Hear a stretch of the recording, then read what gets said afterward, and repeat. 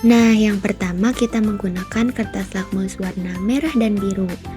Dan bahan yang pertama di sini kita menggunakan larutan jeruk. Ketika kertas lakmus biru dicelupkan ke dalam larutan jeruk, hasilnya berubah menjadi warna merah. Dan ketika kertas lakmus merah dicelupkan ke dalam larutan jeruk, hasilnya tetap berwarna merah.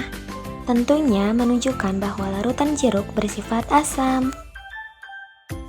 Nah, bahan yang kedua yaitu kita menggunakan larutan promah. Ketika kertas lakmus biru dicelupkan ke dalam larutan promah, hasilnya tetap berwarna biru. Dan ketika kertas lakmus merah dicelupkan ke dalam larutan promah, hasilnya berubah menjadi warna biru. Ini menandakan bahwa larutan promah bersifat basa. Nah, bahan selanjutnya yaitu kita menggunakan air cuka. Ketika kertas lakmus merah dicelupkan ke dalam air cuka, hasilnya tetap berwarna merah. Dan ketika kertas lakmus biru dicelupkan ke dalam air cuka, hasilnya berubah menjadi warna merah. Dan tentunya air cuka ini bersifat asam.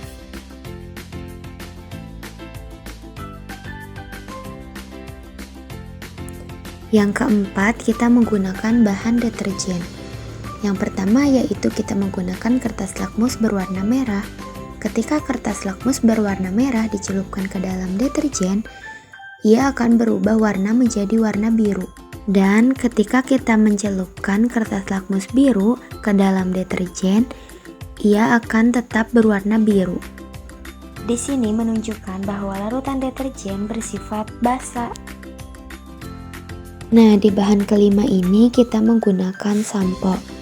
Yang pertama yaitu kertas lakmus biru dicelupkan ke dalam sampo, hasilnya tetap berwarna biru. Dan ketika kertas lakmus merah dicelupkan ke dalam sampo, hasilnya akan berubah menjadi warna biru. Menunjukkan bahwa larutan sampo bersifat basa. Nah, di bahan keenam ini kita menggunakan air soda. Ketika kertas lakmus biru dicelupkan ke dalam air soda, maka ia akan berubah warna menjadi warna merah. Dan ketika kertas lakmus merah dicelupkan ke dalam air soda, ia akan tetap berwarna merah. Artinya air soda ini bersifat asam. Nah, dan yang terakhir kita menggunakan larutan garam. Ketika kertas lakmus merah dicelupkan ke dalam larutan garam, ia akan tetap berwarna merah. Dan ketika kertas lakmus biru dicelupkan ke dalam larutan garam, ia akan tetap berwarna biru. Nah, di sini menunjukkan bahwa larutan garam bersifat netral karena keduanya tidak ada yang berubah warna.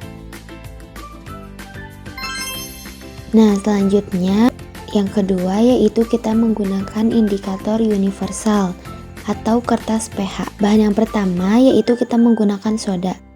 Kertas pH dicelupkan kepada air soda lalu dicocokkan dengan petunjuk yang tersedia.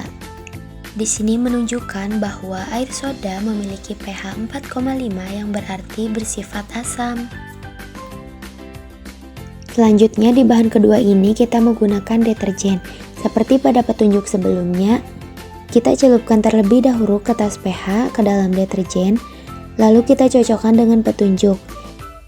Di sini menunjukkan bahwa pH deterjen yaitu 7,25 dan tentunya bersifat basa. Nah, selanjutnya di bahan ketiga ini kita menggunakan air cuka. Kertas pH terlebih dahulu dicelupkan ke dalam air cuka, lalu ketika dicocokkan, air cuka mengandung pH 5. Yang artinya bersifat asam. Yang keempat, di sini kita menggunakan bahan larutan jeruk.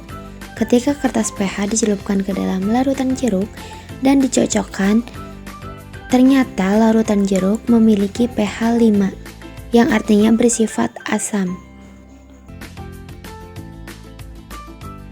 Nah, yang kelima kita menggunakan larutan garam. Seperti biasa, kertas pH dicelupkan ke dalam larutan garam, lalu dicocokkan dengan petunjuk. Larutan garam menunjukkan bahwa ia memiliki pH 7, yang artinya dia bersifat netral. Selanjutnya di bahan yang keenam ini kita menggunakan larutan peromah. Ketika kertas pH dicelupkan ke dalam larutan peromah, ia memiliki pH 8,5 yang menunjukkan berarti ia bersifat basa. Dan yang terakhir kita menggunakan larutan sampo. Ketika kertas pH dicelupkan ke dalam larutan sampo dan dicocokkan dengan petunjuk, ia menunjukkan bahwa larutan sampo memiliki pH 7,5 dan berarti ia bersifat basa. Nah, dan yang terakhir kita menggunakan indikator alami, yaitu dari ekstrak kunyit. Bahan yang pertama kita menggunakan soda. Tambahkan 1 sendok ekstrak kunyit ke dalam air soda, lalu goyangkan untuk mempercepat perubahan warna. Selain itu juga untuk meratakan larutan. Atau bisa juga dibantu dengan alat pengaduk seperti pada di video. Nah, selanjutnya kita lihat perubahan warnanya. Pada larutan soda, ia berubah menjadi warna kuning cerah, yang menunjukkan bahwa ia bersifat asam. Nah, di bahan kedua ini kita menggunakan sampo. Tuangkan sekitar 1 sendok ekstrak kunyit ke dalam sampo. Lalu kita goyangkan sehingga kedua larutan tersebut merata. Dan tentunya menghasilkan warna yang berbeda. Di sini bisa kita lihat larutan sampo ketika ditambahkan oleh ekstrak kunyit, ia berubah menjadi warna kuning kehijauan, yang menunjukkan bahwa ia bersifat basa. Nah, lanjut di bahan ketiga kita menggunakan larutan peromah. Tidak lupa ditambahkan dengan ekstrak kunyit sebanyak 1 sendok. Lalu kita goyangkan atau menggunakan pengaduk untuk meratakan kedua larutan tersebut. Setelah itu kita lihat perubahan warnanya. Ternyata larutan peromah ketika ditambahkan ekstrak kunyit ia berubah menjadi warna merah bata. Ini menunjukkan bahwa larutan peromah bersifat basa. Nah, yang keempat kita menggunakan larutan garam. Di sini larutan garam akan berwarna kuning cerah. Warna pada larutan garam berasal dari ekstrak kunyit. Karena garam ini bersifat netral, jadi warna yang dihasilkan berasal dari ekstrak kunyit yang ditambahkan. Lanjut di bahan kelima, yaitu kita menggunakan air cuka. Setelah ditambahkan 1 sendok ekstrak cuka, lalu digoyangkan, ia akan berubah warna menjadi warna kuning cerah. Ini menunjukkan bahwa larutan cuka bersifat asam. Nah, pada bahan keenam ini kita menggunakan larutan jeruk. Setelah kita lihat perbedaan warnanya, ia berubah menjadi warna kuning cerah dan menunjukkan bahwa ia bersifat asam. Dan yang terakhir kita menggunakan bahan deterjen.